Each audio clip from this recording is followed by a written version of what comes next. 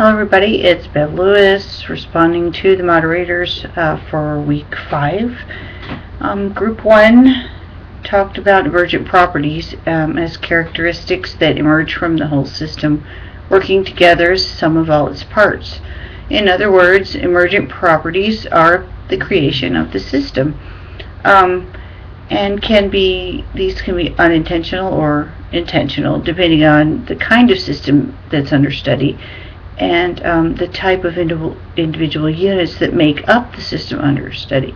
Group 1 reminds us that when we're talking about human science, we have to remember that the individuals are people, and we're looking at a whole system or a society, and these individuals have the power of choice and therefore possess quite a bit of influence upon the whole system in a way that isn't possible when we study less complex science systems such as chemical systems, for example.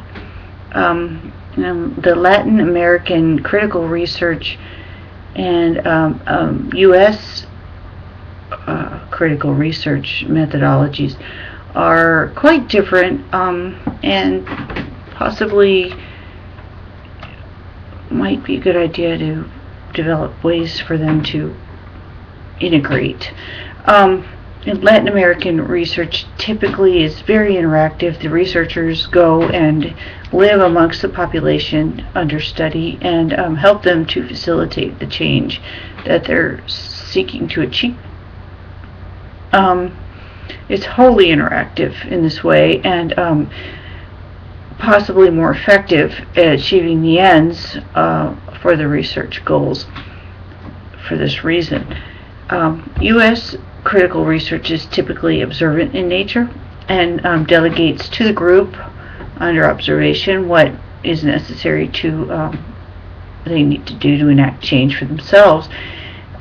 By merging these two approaches, we might come up with a very positive form of maybe even a model for critical research methodology, because I believe it's necessary to do both. We kind of need the ones, objective observers, as well as the ones that are in the field with their sleeves rolled up, doing the deal. I can't always see things clearly when you're in it, so we need to do both.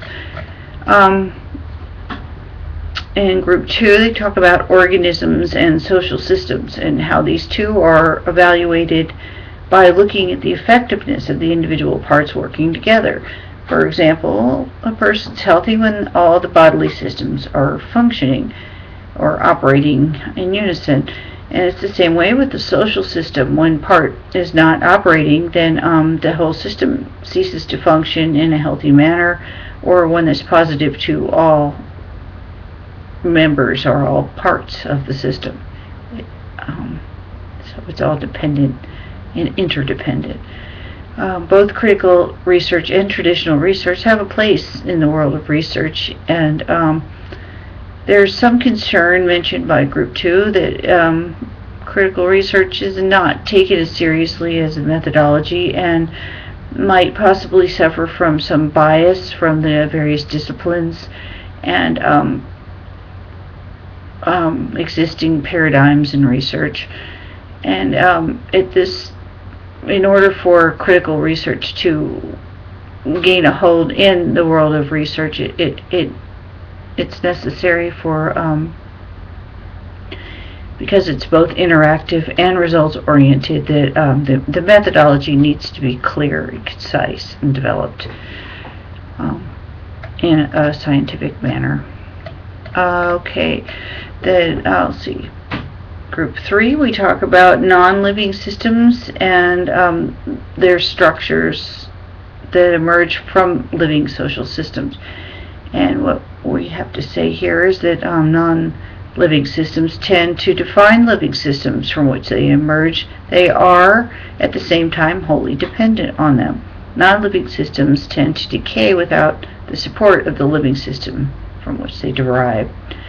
And Critical research requires a solid plan and clearly defined goals. It requires flexibility on the part of the research team and all the stakeholders involved, because the very nature of critical research is directed by the needs of the population to which it's conducted.